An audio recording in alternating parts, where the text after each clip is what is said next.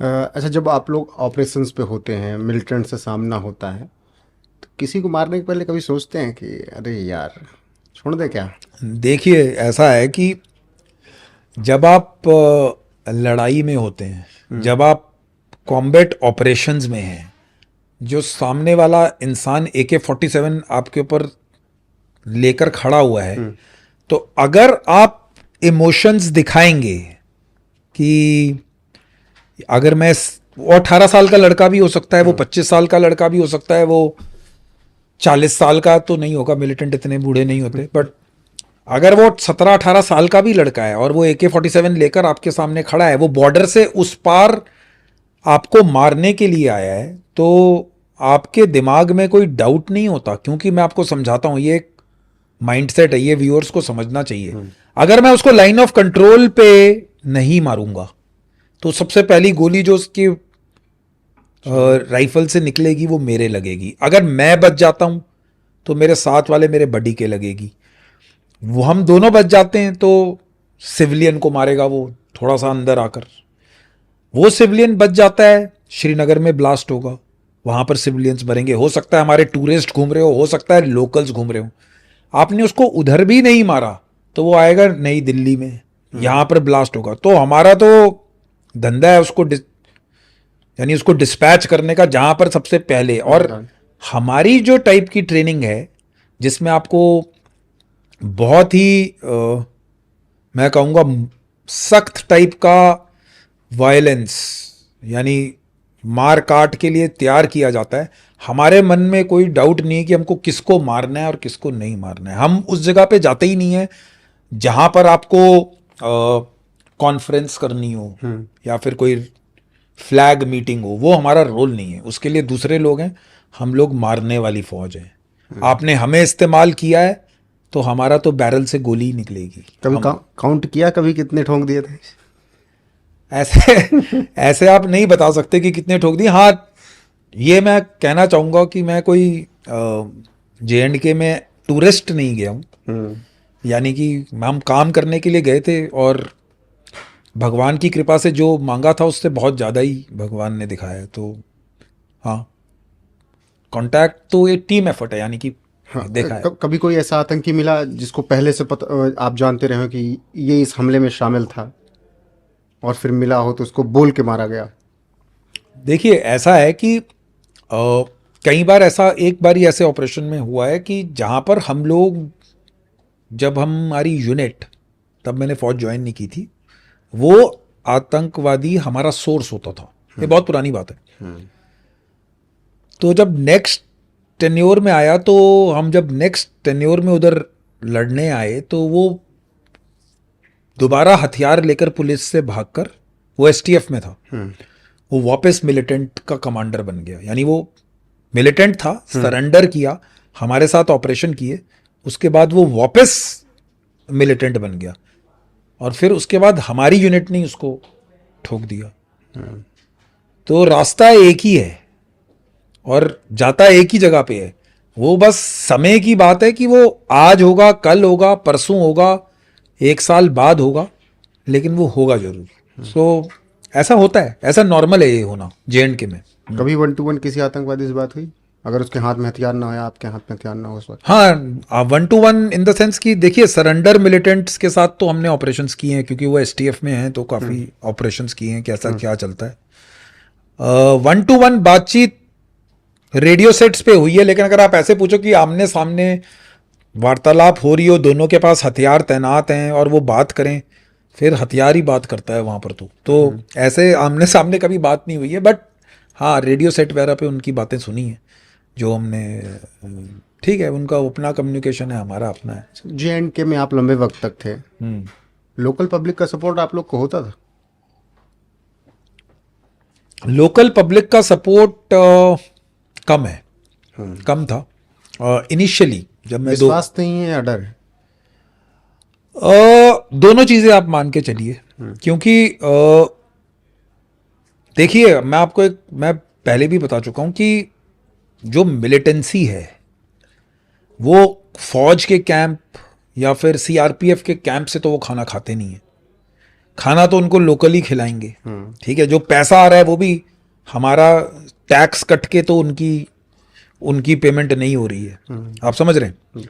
सो ये तो है कि लोकल सपोर्ट करते हैं, कहीं 50% करते हैं, कहीं 20% करते हैं, कहीं ज़्यादा करते हैं, कहीं कम करते हैं, चाहे वो गन के डर से करें, मिलिटेंट के गन के डर से, या खुद इच्छुक होकर करें। सो ये सारी चीज़ें रहती हैं, बट मेरा मानना है कि हमारा जो काम है और सिविलियंस का सपोर्ट हमें मिले या ना मिले, लेकिन उसमें दूसरी चीज़ आप ये भी मान के चलिए, जो खबर भी आती है जिस पे हम ऑपरेशंस करते हैं, बिकॉज खबर के बिना आप कोई भी सक्सेसफुल ऑपरेशन कर नहीं सकते, वो भी सिविलियन से ही आती है।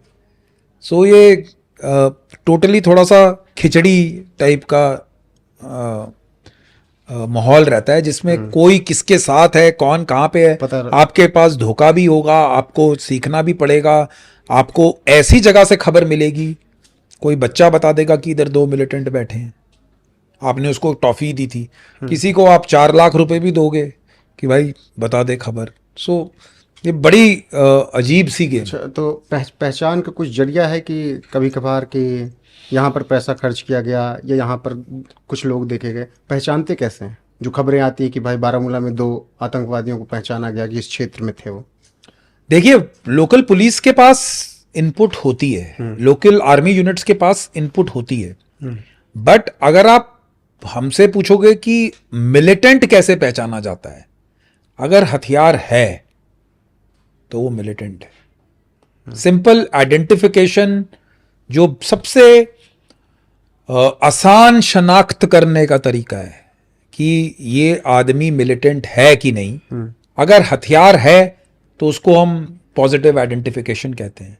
अगर हथियार दिख गया तो कई बार ऐसा भी हो सकता है कि मिलिटेंट हथियार उठाकर घूम के हमारे साथ से निकल जाए, अगर हमारे पास इनपुट नहीं है, उसकी फोटो दाढ़ी वाली है, उसने शेव कर ली, मैं आपको एग्जांपल दे रहा हूं, तो निकल गया तो निकल गया। Because security forces, special forces, Indian army, CRPF, police, central armed police forces, हमारे को स्ट्रिक्ट हिदायत है कि सिविलियन का बाल भी बांका नहीं होना चाहिए। हम कोई ऐसा ऑपरेशन नहीं करते कि जिसमें सिविलियन कैजुअलिटीज हों, हमारे को मालूम होने के बाद कि ये यहां पर सिविल कैजुअलिटी, और उस चक्कर में बहुत बारी मिलिटेंट्स निकलते भी हैं, तो वो हमारे ऑपरेशंस में हम ध्यान रखते हैं। तो ये व्यूअर्स को लगे कि कुछ भी कहीं पर भी अंधाधुंध फायर हो रहा है, ऐसा होता नहीं, बिकॉज जिन लोगों को हम बचा रहे हैं वो हमारे ही देश के लोग हैं। सो हमारे को क्लियर कट आदेश है कि जब तक पॉजिटिव आइडेंटिफिकेशन हथियार नहीं नजर आएगा या हमारे ऊपर पहले फायर ना हो, हम फायर बैक नहीं करते। बिल्कुल। जैसे आपने तमाम ऑपरेशंस किए, कुछ ऐसे ऑपरेशंस जो बहुत खतरनाक रहे हों? देखिए, ऑपरेशंस सारे प्लानिंग और खतरनाक ऑपरेशन तब बनता है जब आप फायर में आते हैं, आपके अगेंस्ट फायर हो। सो एक दो जगह पे जान बहुत पास पास बची है, कई जगह पे मिलिटेंट आराम से मिला है, यानी आ गया तो हमने मार दिया। लेकिन खतरनाक ऑपरेशंस ऐसे एक आधा ऑपरेशन है जिसमें बिल्कुल ही आसपास से फायर वायर हुआ और बच गए भगवान की कृपा से, तो वो उन ऑपरेशंस को आप खतरनाक कह सकते हैं, जिसमें एक आधे फीट 1 मीटर मौत से, सामने खड़ी थी। हाँ, मौत सामने हो, जिसको आप कह सकते हैं कि बचना मुश्किल था। लेकिन आपको मैं बता रहा हूँ कि किसी दिन वो किस्मत होती है आपकी कि आप बच जाते हैं। तो ऐसा ऑपरेशन था जिसमें हम लोगों को पक्की खबर थी, हम लोग 3 मिलिटेंट्स का ग्रुप ट्रैक कर रहे थे और उस दिन 2 की खबर थी, और हम लोगों ने, जहाँ पर हमें खबर थी उस घर की सर्च चल रही थी, तो मैं और मेरा बडी सर्च कर रहे थे। सो वो जो घर था वो एक ढोक टाइप का घर था, जिसमें लोकल्स, ढोक वो होता है, वो डबल स्टोरी टाइप ढोक था, जिसमें गांव नीचे रह जाता है, ऊपर पहाड़ों में जहाँ पर वो गर्मियों के टाइम पे ऊपर चढ़ जाते हैं। तो हमारे को खबर थी 2 की, हम देख रहे थे, कहीं मिला नहीं। तो एक जगह होती है जहाँ पर ऐसे करके कवर था जिसको आप अगर हटाएंगे तो नीचे गायें और ये सब होती जिसमें वो चारा फेंक देते। तो मैंने वहाँ पर चेक किया, वहाँ पर क्योंकि हमें घर में कुछ मिला नहीं, बड़ा घर तो था नहीं वो, तो मैंने अपने बैरल से उसको चेक किया और जब मैं पीछे मुड़ा तो मेरे को ऐसा लगा पीछे कोई आदमी खड़ा है। तो वहाँ पर मिलिटेंट ने मेरे ऊपर फायर किया। उसने अपनी पूरी मैगज़ीन खाली की, 30 राउंड होते हैं एक मैगज़ीन में। क्योंकि मेरा एंगल नहीं था तो मैंने भी फायर किया, लेकिन मेरी गोलियां थोड़ी साइड में लगी। और फिर हमने खिड़की से जंप की, मैंने और मेरे बडी ने, उसने ग्रेनेड फेंके, वो मेरी टांग पे लगे। और फिर मेरे बडी को एवैक्यूएट करना पड़ा और मुझे पूरी रात उधर ही रहना पड़ा। और एक मिलिटेंट ने भागने की कोशिश की, उसको हमने उधर ही मार दिया था, और एक को अगले दिन सुबह मारा। तो अगर आप देखें तो ये, इसको मैं काफ़ी क्लोज कहूँगा।